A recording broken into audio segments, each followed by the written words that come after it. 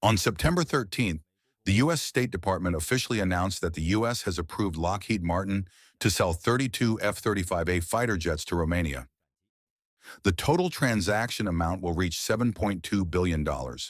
These 32 F-35A fighters will provide Romania with two fifth-generation fighter jets, and the Romanian government has made it clear that it hopes to buy 16 more fighters in the future to expand a F-35A fighter. Why does Romania want to use the F-35A so urgently to replace its own fighter jets? Let's talk about it today.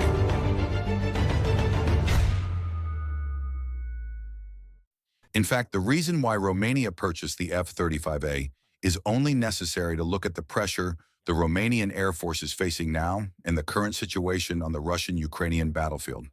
From February 24th, 2022, when the Russian-Ukrainian war broke out, to December 13th, 2022, in less than 10 months, the Romanian Air Force has carried out more than 150 air control missions, most of which involve Russian fighter jets forcing into Romanian airspace. If a country's air force has to launch 10 times a month to deal with an air emergency, it is normal for the country's air force to want to upgrade its equipment further. Romania is not only neighboring Ukraine in the southwest direction, but also nearing another popular offensive direction of the Russian army, which is Moldova. And based on the current situation, the Russian Air Force and the Ukrainian Air Force have not had a high-intensity confrontation in the air. The length of the bilateral front is based on the land front. The Russian Air Force is more of an attacker in the war. The main target is the important strongholds of the Ukrainian army and the energy facilities in the fog. Most of the Russian fighter jets that are currently being shot down are also intercepted by ground-air weapons. This leads to the next question. Why is the Russian Air Force's fighter jet always easily locked by ground anti-aircraft radar?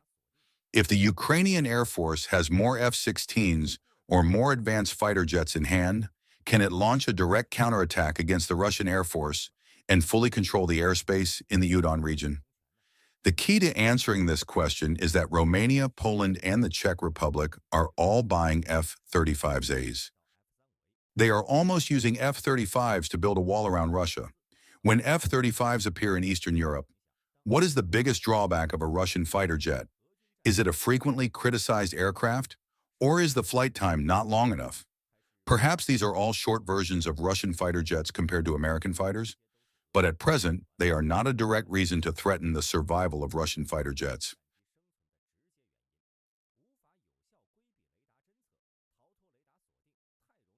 The biggest drawback of a modern fighter jet is that it is too easy to be threatened by enemy anti-aircraft missiles. This is also one of the biggest pressures that Russian weapons face after F-35s in Romania. If the F-35A's radar system and fire control level are invested in air-to-air combat against the Russian Air Force, it will instantly overturn the balance of the Russian-Ukrainian Air Force. The Russian Air Force will also face the risk of completely losing control of the airspace.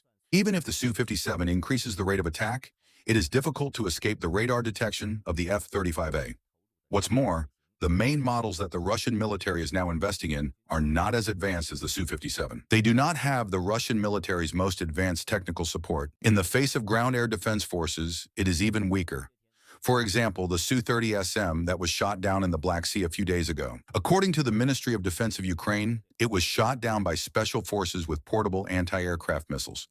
This example reflects the weakness of the Russian warplanes in the face of the enemy's anti-aircraft firepower. Because according to common sense, the portable anti-aircraft missiles used by the enemy's ground forces are already one of the weakest anti-aircraft firepower that the warplanes face. The portable anti-aircraft missiles may only be stronger than the high-firing machine guns. Logically, it should not threaten the warplanes. First of all, the detection distance of the portable anti-aircraft missile radar is usually relatively short, because this type of missile is intended to deal with low-altitude, close-range targets. So the effective detection distance of these portable anti-aircraft missile radars is about a few thousand meters to more than 10,000 meters. This is much shorter than the radar detection distance of general anti-aircraft missiles. For the Patriot system, its maximum range can reach 160,000 meters. The weakness of the portable anti-aircraft missile radar is not only reflected in the radar detection distance. In the radar detection range, the scanning range of the portable anti-aircraft missile radar is also relatively narrow. It is mainly aimed at detecting enemy helicopters in low-altitude close range. The scanning ability in the horizontal and vertical directions is very limited. And this is good news for the Russian Su-30SM, because most of its combat scenarios are flying over the top of the enemy's ground troops. Not only that, the portable anti-aircraft missiles' target tracking and identification capabilities are not as good as that of anti-aircraft missiles in modern warplanes. First of all, the tracking accuracy of the portable anti-aircraft missile is not good. Because the radar itself is small in size and light in weight, the radar hardware and signal processing capabilities are limited. Therefore, the portable anti-aircraft missile radar will have certain errors when judging the movement trajectory, speed, and acceleration of the target. Perhaps this error is not enough to affect combat when locking the helicopter. But when locking a high-speed mobile target like this, there is a high probability that the accuracy will drop. Not only that, the portable anti-aircraft missile also has a big gap in the range and speed of data processing and interference performance. This leads to a big gap between their work stability and the efficiency of tracking and locking the enemy's aircraft. From these perspectives, if the Russian Su-30SM really meets the F-35A, there seems to be only one ending. The reason why Eastern European countries such as Romania, Poland, and Czech Republic are determined to purchase the F-35A is to see the outstanding performance of the APG-81 and APG-85 radars. Under the guidance of advanced radars, the F-35A, it is able to quickly detect multiple enemy targets in different directions, heights, and types in a complex air-to-air environment. Even if there are enemy aircraft and missiles coming from two directions, the F-35A can also monitor and track the whole process, providing the pilot with a comprehensive sense of the battlefield. This greatly improves the combat efficiency of an air force and the ability to deal with multi-target threats. The previous Romanian Air Force may be anxious about the large-scale Russian Air Force due to the limited number of domestic F-16 AMBMs. However, after obtaining the F-35A, it was able to advance from the stage of quantity to the level of quality to defeat quantity. Therefore, the purchase of the F-35A shows a great deal of practical significance. Not only that, the F-35A itself is a stealth fighter. Its radar is also compatible with the stealth performance of the aircraft at the beginning of the design. These radar work modes and signal characteristics can effectively detect and reduce their own electromagnetic signal radiation through optimization. Russian fighters are not only easy to lock by F-35A, but also difficult to grasp the window of counterattack. The F-35A's good information integration ability will not give Russian fighters more opportunities to respond. Whether it is a distributed airspace system or a light-emitting target system, it can work in conjunction with the F-35A's radar. Comprehensive processing analysis of information from different sensors is beneficial to the F-35A's data chain ability. These processed information can also be sent to the hands of friendly units in time. The Russian F-35A does not have a good solution to face such a combination. Not only that, the Russian Su-30, which was shot down, did not escape the Russian military's portable anti-aircraft missiles. There should be another very important reason, which is that it cannot effectively interfere with the Russian ground radar. The strong electronic attack ability is the advantage of the F-35A. With the ANASQ-239 electronic countermeasure system, the F-35A can interfere, suppress, and even destroy enemy radar and electronic equipment, making it unable to detect. The anti-interference performance of the F-35A itself has also been enhanced. This makes it impossible for the Russian Air Force to copy the F-35A's tactics to turn the airspace situation. Of course, the Su-30, Su-35, and Su-34 aircraft used by the Russian Air Force are mostly based on the Su-27 in terms of engine layout design. When fighting at the same technical level, it can still give the enemy a certain amount of pressure. Thanks to the design of the fuselage and the side wings, these three aircraft can achieve good victory when performing large-angle maneuvering and maintain good maneuverability. When the fuselage rolls, the three aircraft can also quickly change their own posture. These features are all strengthening factors for the aircraft's close-range combat ability. But the problem is that modern air warfare will no longer give the Russian aircraft a chance to show off in front of others. And after the Russian aircraft has the advantages of the Su-27 style of engine layout, it naturally has to bear the price of this design. That is, the fuselage's stealth performance is insufficient, the radar reflection interface is large, and it is easy to be detected by enemy radars in modern warfare, which reduces the survivability of the aircraft. When the F-35A appeared in Eastern European countries, such as Romania, the balance of power of the Air Force in each country in Eastern Europe seemed to be destined to be completely broken. In fact, from this $7.2 billion aircraft acquisition case, it is not difficult for us to see the determination of Romania. Because this transaction is really a big deal in the military acquisition history before Romania. After all, the population of Romania is less than 20 million, and there are only 70,000 people in the current army. Not only that, before the Russian-Romanian War broke out, Romania's national defense budget was maintained at $5 billion for a long time. If this military budget remains unchanged, then Romania will not even be able to get the $7.2 billion transaction fund to buy 32 F-35s. But as the Russian-Romanian War broke out in 2022, things changed. As a neighboring country on the southwestern side of Ukraine, the sense of crisis in Romania continues to rise, and the military expenses are getting higher year by year. Just in the past 2023, Romania has raised its national defense total expenditure to a level of 2.44% of the national production total, which is about $8.5 billion. And this is just the beginning. At the beginning of this year, the Romanian government has said that this year's national defense budget will at least increase by more than 45% on the basis of 2023 and strive to reach a level of $20.8 billion. This is how the Romanian army can complete a large-scale acquisition of advanced weapons and thus complete its military modernization goal.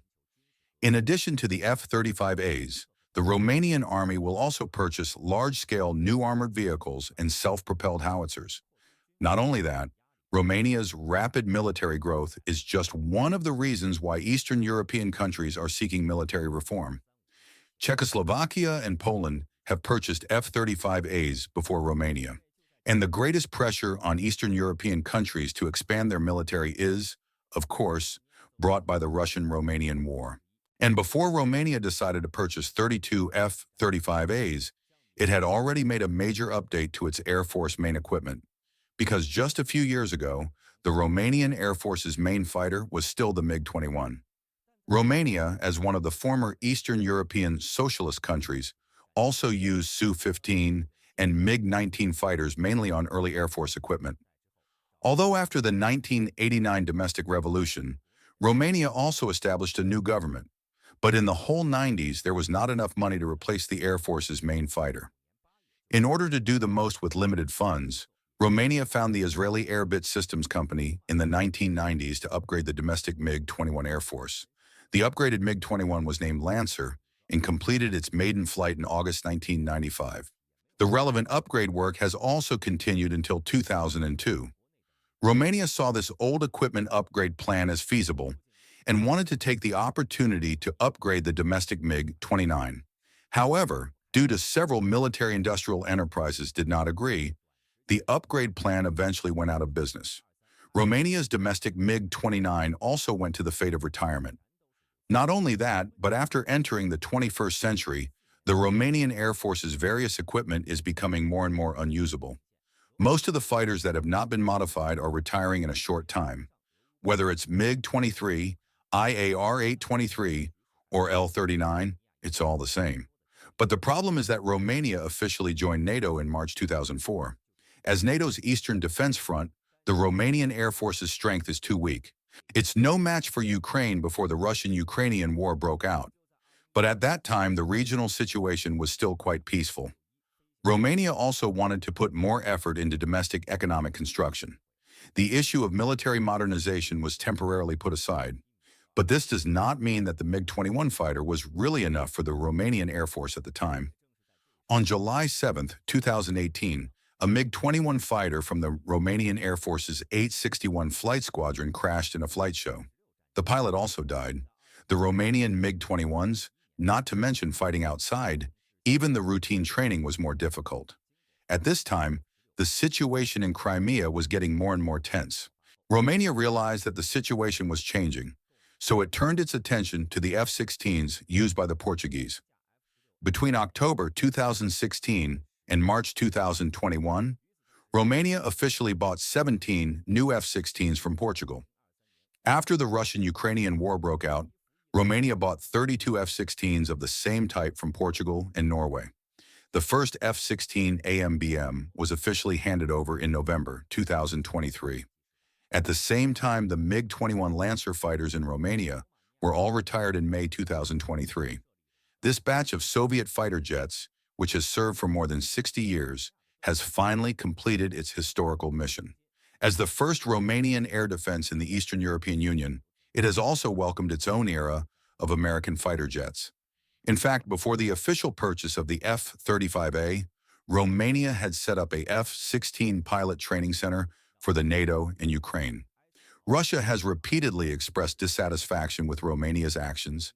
Now, Romania is not ready to give in, and what reaction will Russia have? You are also welcome to post your views in the comment section. Thanks for watching. See you next time.